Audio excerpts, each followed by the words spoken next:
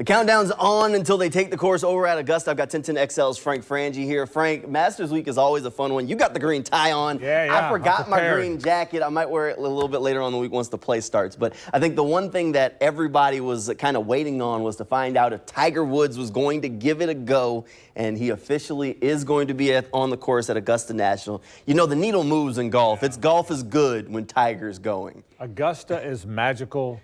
And Augusta with Tiger is really magical. I don't think there's any question about that. And I think that's a big deal. Look, we don't know how many more times Tiger's going to be able to play there. He said as much. We don't know how many times. He doesn't know how many times he's going to play there. But there's a match. I don't think he can compete.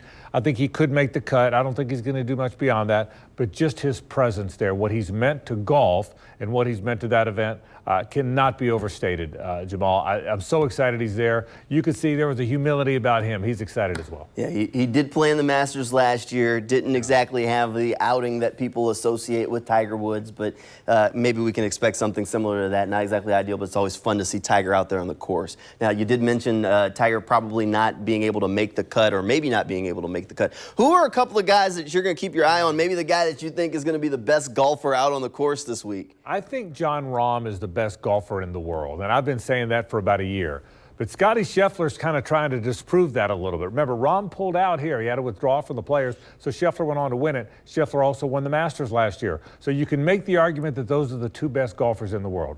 Rory McIlroy is the other guy that's in that kind of trio, but he seems distracted a little bit. All the talk, he seems to be the spokesman of the anti-live guys, and he seems to be the guy talking about that the most. So I feel like he's distracted. I think the best two players of the world are Jon Rahm and Scotty Scheffler.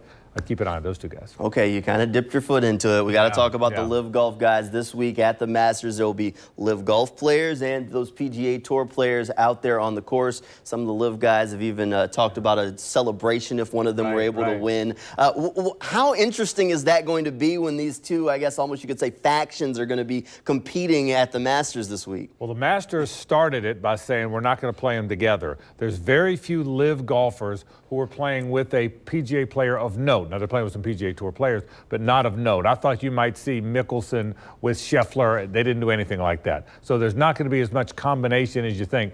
I think the best chance for a LIV golfer to win is either Cam Smith, who won the Players last year and may be the best player on that tour, or Dustin Johnson, because he really knows that golf course. Now, look, Bubba Watson knows it. Patrick Reed knows it. There's a lot of guys on the LIV Tour that really know Augusta National, but if it's going to be a LIV guy, I think Cam Smith has the best chance, and don't count out Dustin Johnson. He's a really good player, and he really knows that golf course. If one of those LIV guys wins, what would that mean for golf as we kind of know it? It's a great question, Jamal. I think, I don't know that it changes golf, but it certainly would be the best thing that could ever happen to that tour. The tour, nothing could happen to that LIV Tour that would be bigger than somebody winning Augusta. This is the first time they've been together now, so that would be a big deal for that tour for sure. All right, it'll definitely be something that we'll keep our eyes on this weekend. Frank, thanks for being here. That'll do it for sports.